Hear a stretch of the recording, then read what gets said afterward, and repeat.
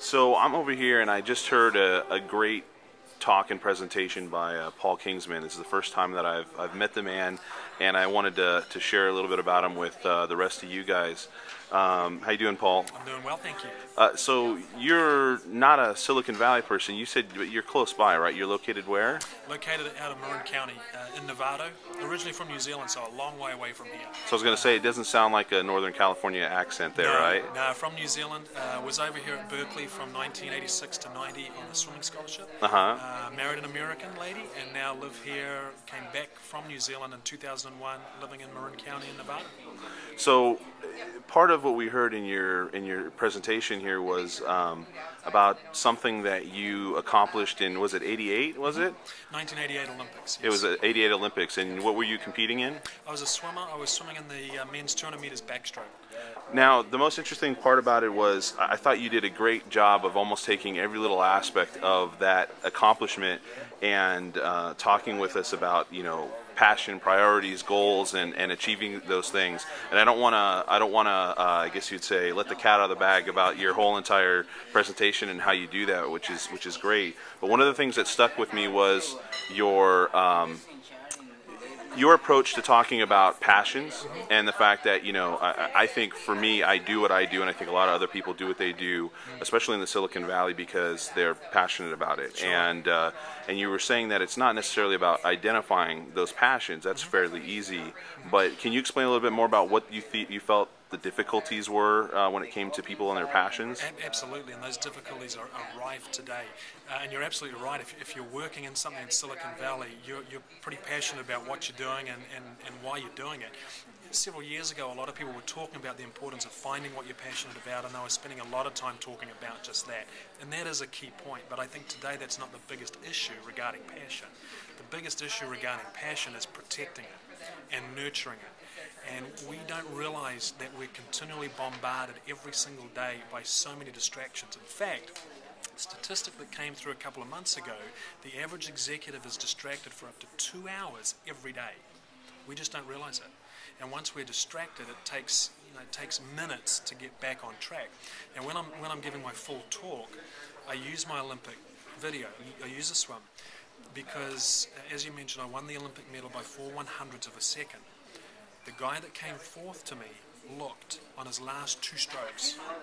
So, I got to tell you, I'm nothing special. I'm 6 foot, I only have size 12 feet, and my knuckles don't drag on the ground.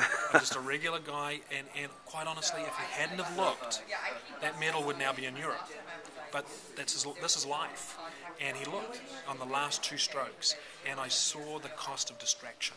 Wow. And what we don't realize is that we do that every day. We do it in relationships, we do it in our companies, we do it with our children, we get distracted.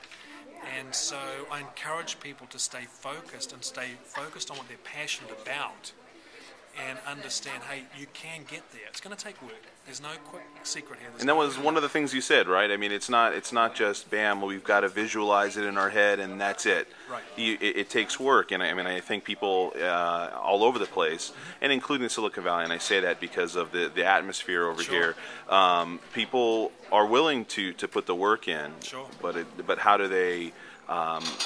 How do they handle those distractions and keep from those 2 hours? Do they take those 2 hours and replace them at the end of the day with working an extra 2 hours of work, or do they find a way to concentrate more on those passions and keep from looking those 2 final laps when it didn't really do much, or the 2 final strokes when it didn't do much good? Yeah. So that's what I'm taking away, at least, from what you're saying. Yeah, and you raised a great point, because no, I'm not advocating taking those extra 2 hours and clipping them onto the day, because honestly, from what I hear about people in Silicon Valley, you work long days. They're long enough now. It's more making that quality attention and quality focus through those hours. And it's amazing when we actually have that single objective in front of us and we stick to it, which is when I'm coaching people, we start with writing these objectives down very clearly in the form of what's called a target goal. So they know they have a definite line in the sand, that they have a timeline by when they want to produce that. This is something that a lot of people don't realize about Olympians that sets them apart, or anybody in sport. The athlete has a finite day. The athletes competing in the 2012 Olympics know today the very day they're going to perform. There's a line in the sand. And so it forces you to build a conviction for a process. you can't just think there are 1,000 things I'm going to try. You have to find your process with conviction and then go forward and overcome the distractions.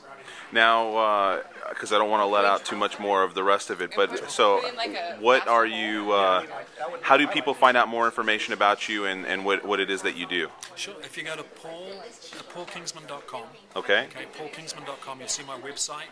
Particularly if you click on the meeting planners tab, you'll see the video, my demo video, and that'll show you how I talk and how I present to different groups. And our coaching information isn't up there on the site at the moment, but I also do executive coaching. But if you email me at paul@paulkingsman.com, you'll get to me, and then we'll just go from there. Great. I hope some people out there might be interested also in getting you to speak, because I think that was an excellent subject, and you have some good props from the Olympics that I think really reinforce the story and everything. Thank you very much. So thank you for talking with us. Been a pleasure.